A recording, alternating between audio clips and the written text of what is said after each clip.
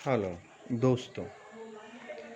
आज यादों के कुछ पन्नों को हम पलटते हुए आगे बढ़ेंगे। यादों की डायरी का पन्ना 1980 से शुरू होता है। 1980 का दशक, लोगों के पास कोई ऑप्शन नहीं। टू व्हीलर्स के नाम पे या तो बजाज स्कूटर, वेस्पा स्कूटर या राजदूत या बुलेट, कोई ऑप्शन नहीं। पेट्रोल के दाम धीरे धीरे ऊपर आने लगे। ऐसे में लोगों को ज़रूरत थी कुछ नए, कुछ ऐसे नए चीज़ की जो उन्हें पेट्रोल के बढ़ते कीमतों से निजात दिलाए।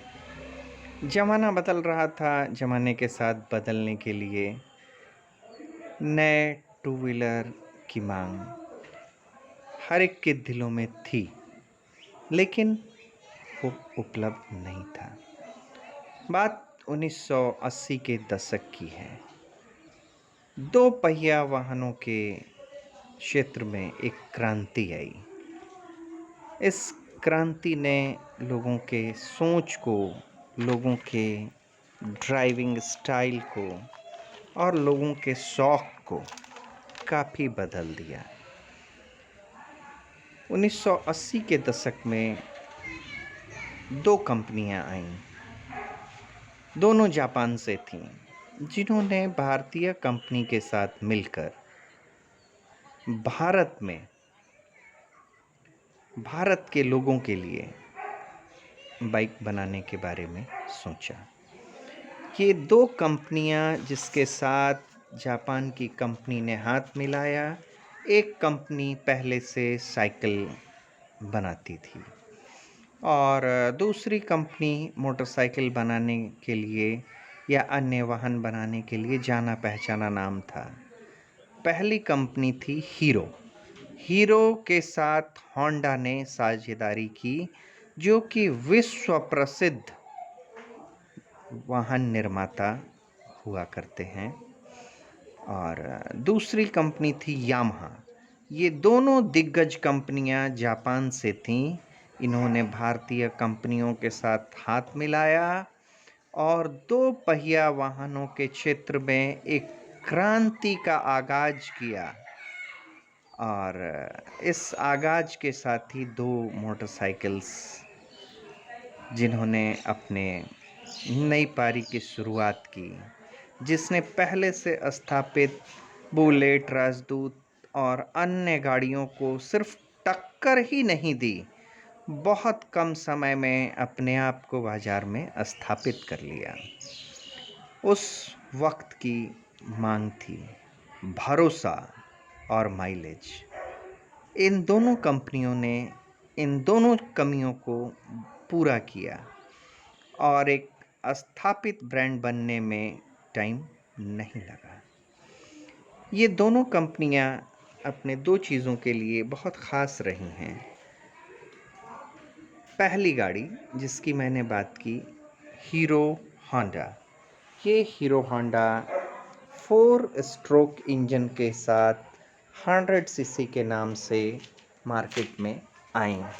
गाड़ी काफ़ी खूबसूरत, काफ़ी लाइट वेट और अपने सेगमेंट के हिसाब से बिल्कुल अकेली।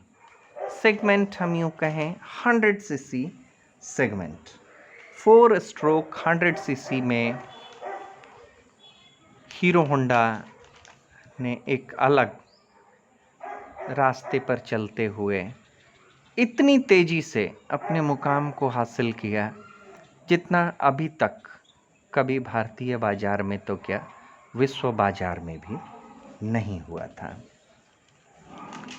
दूसरी गाड़ी जिसे स्कॉट्स ने यामाहा के साथ मिलकर बनाया, वो गाड़ी थी यामाहा RX 100। दोस्तों, ये है यामाहा RX 100 जो आप देख रहे हैं। 2 स्ट्रोक 100 सीसी, अपने आप में बेमिसाल गाड़ी। ऐसे गाड़ी का अनुभव आज तक भारत के लोगों ने कभी किया ही नहीं था। 2 स्ट्रोक इंजन, लाजवाब पिकअप, आराम के मामले में बहुत ही बढ़िया। इन दोनों गाड़ियों में कभी कोई कंपटीशन वाली बात नहीं हुआ करती थी। दोनों गाड़ियाँ अपने आप में बिल्कुल ही अलग थीं। दोनों गाड़ियाँ बिल्कुल अलग थीं, सेगमेंट के हिसाब से, इंजन के हिसाब से। हाँ, दोनों 100 सीसी की थीं। लोग अपने अपने पसंद के हिसाब से इन्हें खरीद रहे थे।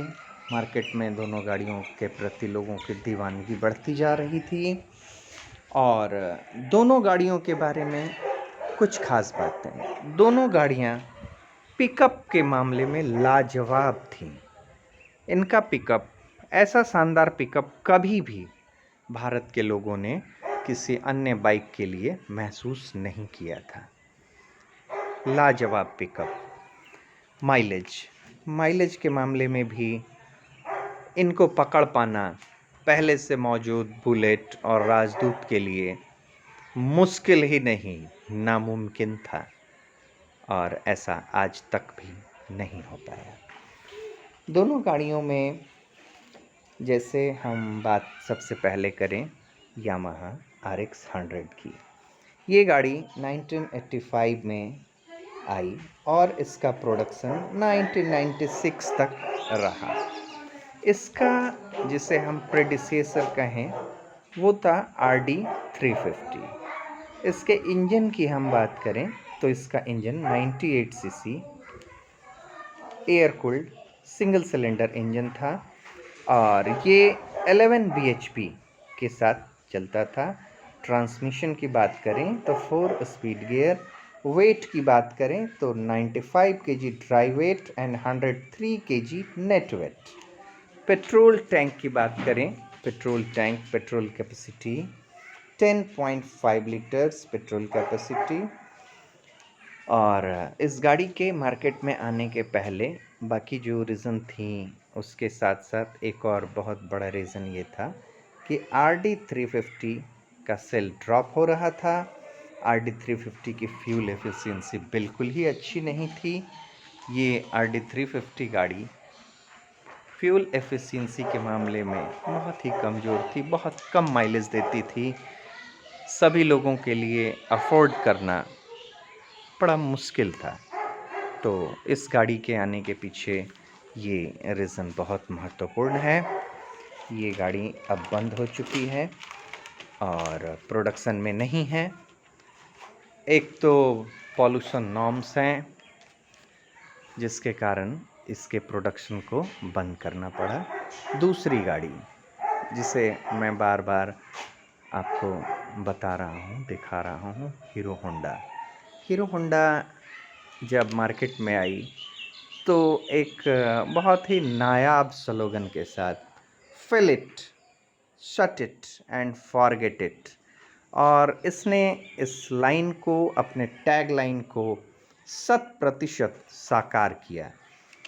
भारतीय बाज़ार में हीरो होंडा अपने समय की बेहतरीन माइलेज देने वाले बाइकों में से एक रही है। इसके इंजन की capacity 97 cc, power 4 speed, weight 116 kilogram और इंजन टैंक की कैपेसिटी पेट्रोल टैंक की कैपेसिटी 12.8 लीटर रही है। दोस्तों, ये गाड़ी जब इंडिया में लॉन्च हुई उस समय इसका प्रोडक्शन यहाँ नहीं हो रहा था। ये पहले लॉट की जो गाड़ियाँ थीं उन गाड़ियों के इंजन पे मेड इन जापान लिखा हुआ आता था, जैसा कि अभी आप देखेंगे ये इंजन पे लिखा है मेड इन जापान।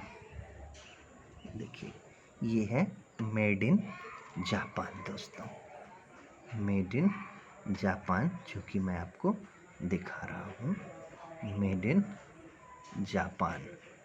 ये इसके इंजन पे लिखा होता था।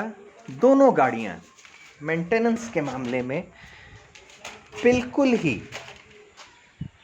ही लो मेंटेनेंस थी, या यूं कहें कि मेंटेनेंस का कोई झंझट नहीं, कोई खर्च नहीं, कुछ भी नहीं। लोगों को इसका अनुभव काफ़ी बेहतरीन अनुभव रहा लोगों का।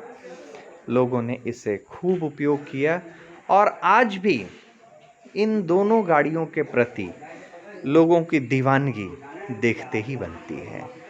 आज भी RX 100 ने जो मुकाम बनाया था, उसे कोई भी अन्य गाड़ी, चाहे वो उसके बाद ही क्यों नहीं आई हो, राजदूत की कोई भी गाड़ी, या यूँ कहें कि इंडिया में बाकी जो आने वाली गाड़ियाँ हैं, किसी ने यामाहा RX 100 के मुकाम तक पहुँचने में कोई कसर नहीं छोड़ी। लेकिन संजोग ये कहें कि कोई भी वहाँ तक पहुँच नहीं पाया। ये अपने आप में लाजवाब है, लोगों की प्यारी है, लोग अभी भी इसे काफ़ी पसंद करते हैं। फिर हम बात करें अब हीरो होंडा में। ये हीरो होंडा में ये जो मॉडल आप देख रहे हैं, CD 100 डिलक्स, प्रोडक्शन अब इसका नहीं है, लेकिन आज भी इस CD 100 डिलक्स, जिसके इंजन पे मेड इन जापान लिखा है, लोगों के जहन में बसती है। लोगों में इसके प्रति दीवानगी है। लोगों का पैशन अभी तक कम नहीं हुआ। इस सेगमेंट में अन्य गाड़ियां आईं, लेकिन लोगों को जो सेटिस्फैक्शन इस गाड़ी के साथ मिला, वो बाकी अन्य हीरो होंडा के सेगमेंट की गाड़ियों के साथ लोगों को नहीं मिल पाया। दोस्तों, ये दोनों गाड़ियाँ जिसके बारे में मैंने आज आपसे बात की हैं, ये अपने आप में लाजवाब हैं। दोस्तों, तो इसी के साथ अब आगे फिर हम नई गाड़ियों को लेकर आपसे मिलेंगे। तब तक के लिए stay at home, be safe, social distancing का ख्याल रखिए, मास्क ज़रूर पहनिए, हमारे वीडियो को देखिए, लाइक कीजिए, सब्सक्राइब कीजिए, ताकि हम आपके लिए और भी गाड़ियों का रिव्यू लेकर समय समय पर आते रहें। Thank you.